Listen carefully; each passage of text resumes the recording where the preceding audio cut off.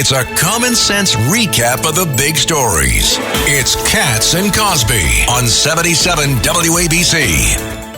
With us today is Dr. William J. Parker, and he was in the Navy for 25, 30 years. He'll tell us. And now he's the CEO of the Parker Maritime Technologies, that he's doing some great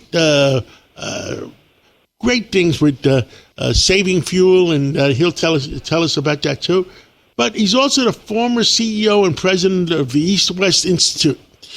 Dr. Parker, you're one knowledgeable guy. You were in the Navy. You were in East-West Institute. You know what the heck is going on. Give us the latest update. What's going on in Russia, Ukraine? What's going on in Israel, Yemen? Well, John, first of all, it's great to be back on your show. We'll start with Ukraine. We're at 320,000 reported casualties now, 80,000 dead, 240,000 wounded. The U.S. has already put $75 billion into this. The EU is about to put another $50 billion into it. The U.S. is talking about putting more money to it here in the very near future. This is a war that you and I talked about many times, could have been avoided, did not need to happen, but we did not make it very clear that if you cross into Ukraine, that there would be a price to pay, and that price is very heavy on both sides right now.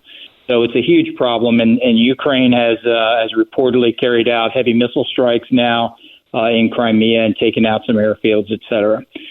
We go to the Houthi rebels, and the Houthis are looking at Afghanistan and saying the Afghanis got away with it, Taliban got away with it, now it's our turn, and they're taking shots at U.S. ships on a regular basis. You have folks now taking out American troops in Jordan, killed just 2 days ago. So it's significant. So that's happening. Then you have a large number of people on the border in Lebanon. The Israelis are looking hard at what is going to happen in the coming months and years as they look forward. But they're like, you're not going to push into Parker, our country again. I had the vice president, the former vice president of the United States, on my in my office a few hours ago, and he said to me that the Israelis are worried about the northern borders, and that the fact is 85% of the Israelis by those northern borders, because there was a rule about 8 miles either way, a UN rule, and it doesn't seem that they're afraid they're not going to follow it. And 15% of the Israelis that don't believe in whatever are still there. And the Hezbollah from Lebanon have the same tunnels that Hamas have. I mean, would you be worried if you were staying up there? Absolutely. This is a huge deal. You have potentially another major strike, even larger than what Israel saw before. You have potential of strikes going on both sides and from both sides right now. So this thing is growing out of control, and it's not just there, but it's throughout the Middle East.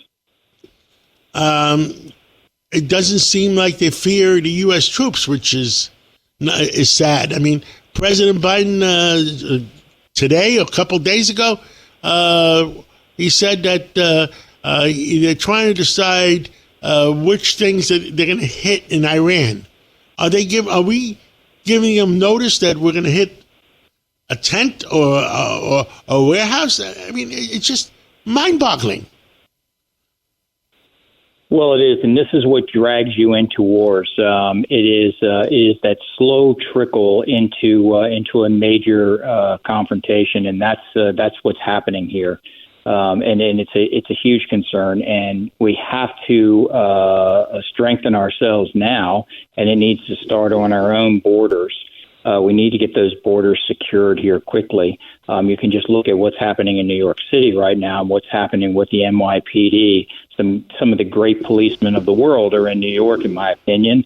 And for those guys to get beaten by illegal immigrants is unacceptable. I know that. And let's do some more research on that, and maybe we'll talk on Sunday. John, I look forward to it. Thank you very much. Thank you so much.